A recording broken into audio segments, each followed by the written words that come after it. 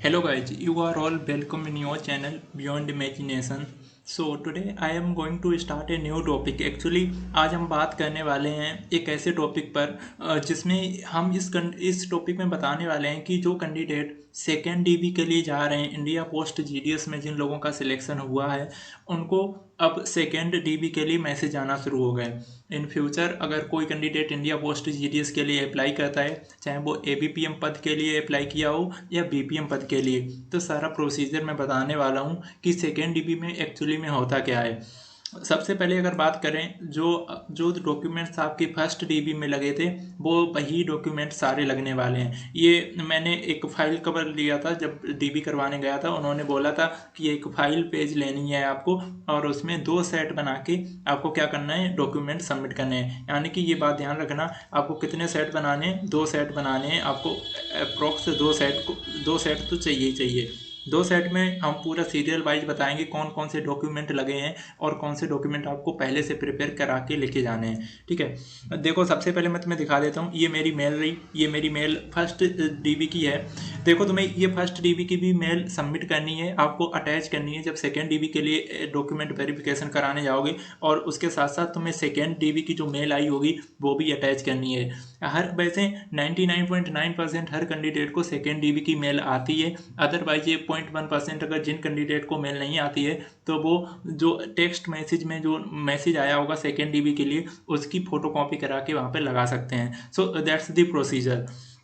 सबसे पहले क्या रहेगा, फर्स्ट डीबी की मेल रहेगी, फिर उसके बाद सेकेंड डीबी की मेल लगा देना। ठीक है, पूरा प्रोसीजर का मैं तुम्हें बता दूंगा कौन से डॉक्यूमेंट मेरे यहाँ पे जब मैं इटावा डिवीजन में करवाने गया था तो कौन से डॉक्यूमेंट उन्होंने पहले मांगे थे। ठीक है, मूविंग फर्दर तुम्हारी क्या हो गई, ये तुम्हारी मेल हो गई। मेल की जो फर्स्ट तुम्हारी कॉपी है उसके बाद सेकेंड डीबी के लिए जाओगे तो तुम्हें सेकेंड डीबी की भी मेल लगेगी। ठीक है, सेकेंड डीबी मेल। ठीक है, तो ये तुम ध्यान रखना।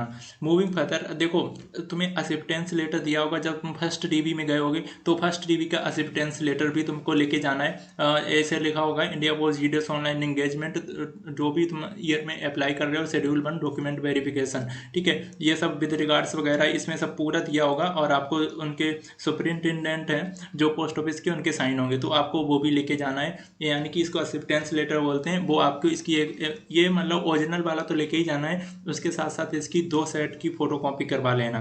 ठीक है, मूविंग फर्दर आपको मेडिकल सर्टिफिकेट लेके जाना है। मेडिकल सर्टिफिकेट देखो हर जगह पे डिपेंड करता है कि वो पोस्ट ऑफिस वाले कौन सा मेडिकल सर्टिफिकेट सपोर्ट कर रहे हैं। ऐसे बहुत सारे ऐसे जगह हैं जहाँ पर वो मेडिकल सर्टिफिकेट केवल अपने ही डिस्ट्रिक्ट का सपोर्ट कर रहे हैं, अदर डिस्ट्रिक्ट का सपोर्ट नहीं कर रहे हैं। तो it depends on their choice कि वो तुम्हारी डिस्ट्रिक्ट का सपोर्ट कर रहे हैं कि नहीं कर रहे हैं। अगर मेडिकल सर्टिफिकेट है आप उसकी भी 2 फोटो कॉपी करा के लेके जाओगे। ठीक है, मूविंग फर्दर मेरे यहाँ पे ये मेडिकल सर्टिफिकेट सपोर्ट नहीं किया था। यहाँ पे मैंने जो बनवाया था अपने गांव से, बट मैंने जो मेडिकल सर्टिफिकेट इटावा डिवीजन से ही बनवाया था, ये वाला इन लोगों ने मेडिकल सर्टिफिकेट सपोर्ट किया था। जो मैंने फर्स्ट वीडियो में आप लोगों को बता भी दिया था कि उन्होंने ये पहले वाला जो मेडिकल सर्टिफिकेट है वो क्यों नहीं सपोर्ट किया था। मूविंग फर्दर अगर हम और डॉक्यूमेंट की बात कर लें तो उसके बाद देखो सबसे पहले मैं तुम्हें दिखाता हूँ कि डॉक्यूमेंट चाहिए क्या। तुम्हें एक कॉपी ऑफ आधार कार्ड होगी, मतलब एक आधार कार्ड की तुम्हें फोटो कॉपी चाहिए होगी। एक नहीं, मतलब 2 सेट बनेंगे तो 2 कॉपी चाहिए हर एक चीज़ की। Copy of pan card, copy of residential certificate, caste certificate. Residential का मतलब डोमिसाइल सर्टिफिकेट है। ठीक है, जो डोमिसाइल सर्टिफिकेट होगा वो आपको लेके जाना है। Caste certificate, copy of medical certificate की लेके जानी है। Copy of high school marksheet, मतलब हाई स्कूल की भी प्रिंट लेके जाने दो। एप्लीकेशन फॉर्म मतलब जो तुमने पोस्ट अप्लाई किया था, जो अपने ये एक पीडीएफ डाउनलोड होती है इंडिया पोस्ट जीडीएस के भरते समय वैकेंसी, तो जो पीडीएफ है वो एप्लीकेशन फॉर्म भी आपको लेके जाना। ईमेल कॉपी मैंने बताया, जैसे सेकेंड डीबी के लिए जा रहे हो तो फर्स्ट डीबी और फर्स्ट मेल और सेकेंड मेल। अगर फर्स्ट के लिए जा रहे हो तो फर्स्ट मेल मतलब कॉपी आपको लेके जानी है फर्स्ट डीबी में।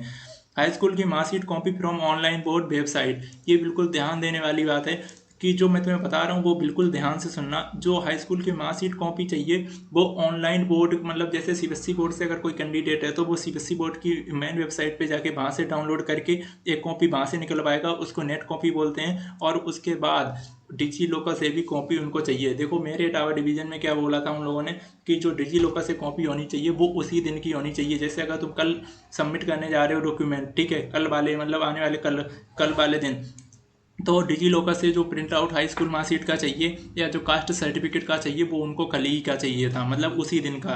तो ये वेरी कर सकता है कि अलग अलग जगह पे वो लोग बोल सकते हैं कि अगर तुम्हारा 4-5 दिन भी पुराना है तो मैं मान्य कर लूँगा, बट मेरे यहाँ पे उन लोगों ने ऐसा नहीं बोला था। उन्होंने बोला था कि मुझे आज का ही चाहिए जिस दिन तुम डॉक्यूमेंट वेरिफिकेशन करवाने आए हो।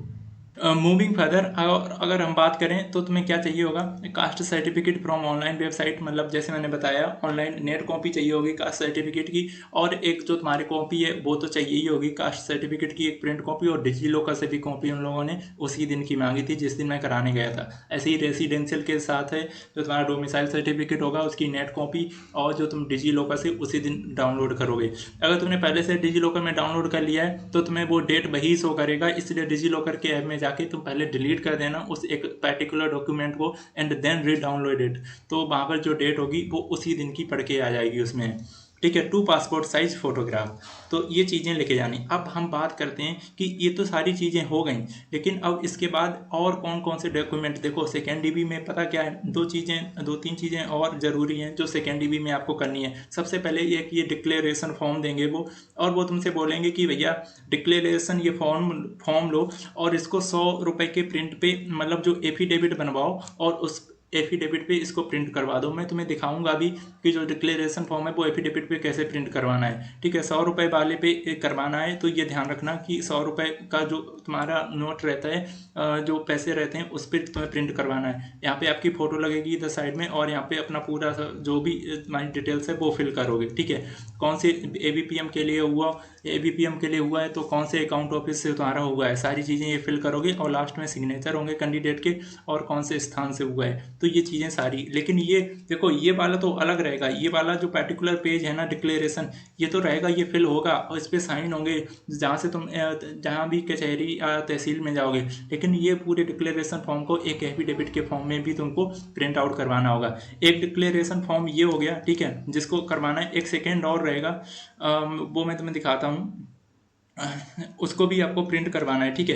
एक ये वाला अनेक्जर जो तुम्हें 4 देंगे, यानी कि वो 4 पेज ऐसे देंगे जिसमें आपको ये 2 तो प्रिंट करवाने होंगे 100 रुपये वाले नोट पे, ठीक है, लेकिन 2 नहीं करवाने होंगे, तो इसको भी 100 रुपये वाले नोट पे प्रिंट करवाना होगा। ये अंडरटेकिंग है ये भी कि जो भी कंडीशंस हैं वो मैं फिलफिल कर रहा हूँ गवर्नमेंट के सपोर्ट के लिए जहाँ पर भी रहूँगा।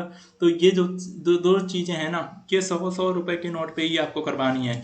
वो उस पर प्रिंट करवा के उस पर फिर वो साइन करवाना है, स्टैंप वगैरह लगवाना है, और अलग से इस फॉर्म को भी फिल करना है, इस वाले फॉर्म को भी फिल करना है, और इस पर भी स्टैंप वगैरह लगवा लेना, ठीक है।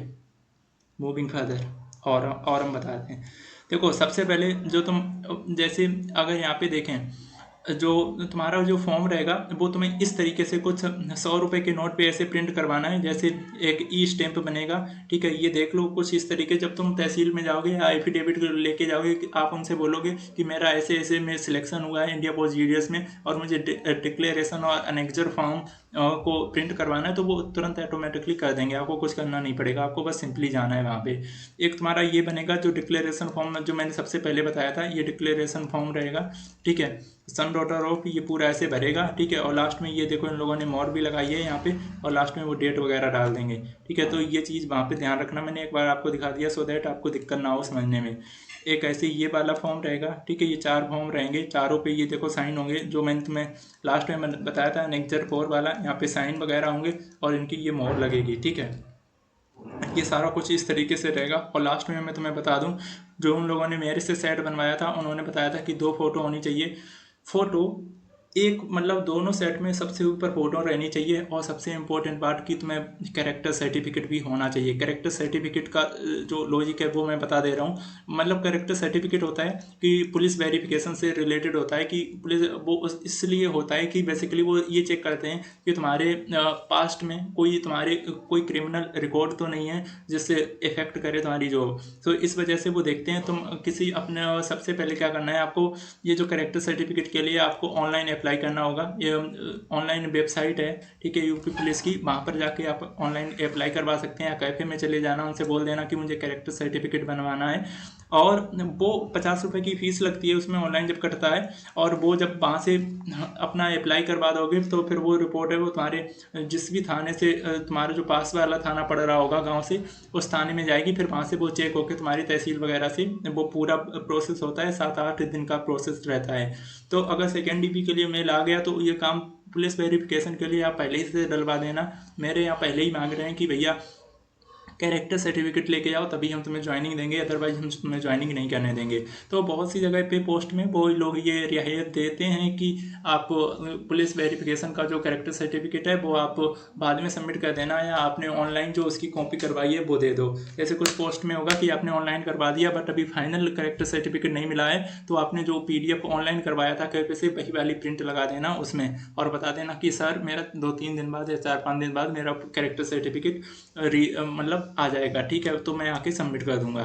तो जो सेट बनवाया था उन लोगों ने, सबसे पहले कैरेक्टर सर्टिफिकेट था, ठीक है, उसकी कॉपी थी, एक फ़ोटो लगी थी उसके ऊपर सबसे पहले। फिर उसके पास क्या था, कास्ट सर्टिफिकेट था डिजी लॉकर से उसी दिन का, और उसकी एक क्या थी, ऑनलाइन कॉपी भी थी। ऑनलाइन कॉपी का मतलब नेट कॉपी थी कास्ट सर्टिफिकेट की।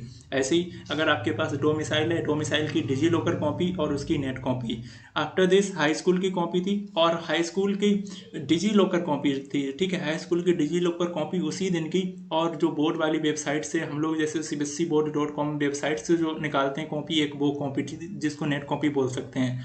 उसके बाद ईमेल दोनों थी, first mail and plus second mail, ठीक है। अगर सेकेंड डीबी के लिए जा रहे हो तो दोनों मेल आपको लेके जानी है, अगर फर्स्ट तुम उसके लिए जा रहे हो तो केवल फर्स्ट मेल लेके जानी है। लेकिन प्रोसेस दोनों के लिए सेम है। अगर फर्स्ट डीबी होगा तो तुम्हारा जो मैंने डिक्लेरेशन फॉर्म वगैरह बताया था वो नहीं लगेगा, वो तुम्हारा सेकेंड डीबी में ही आएगा।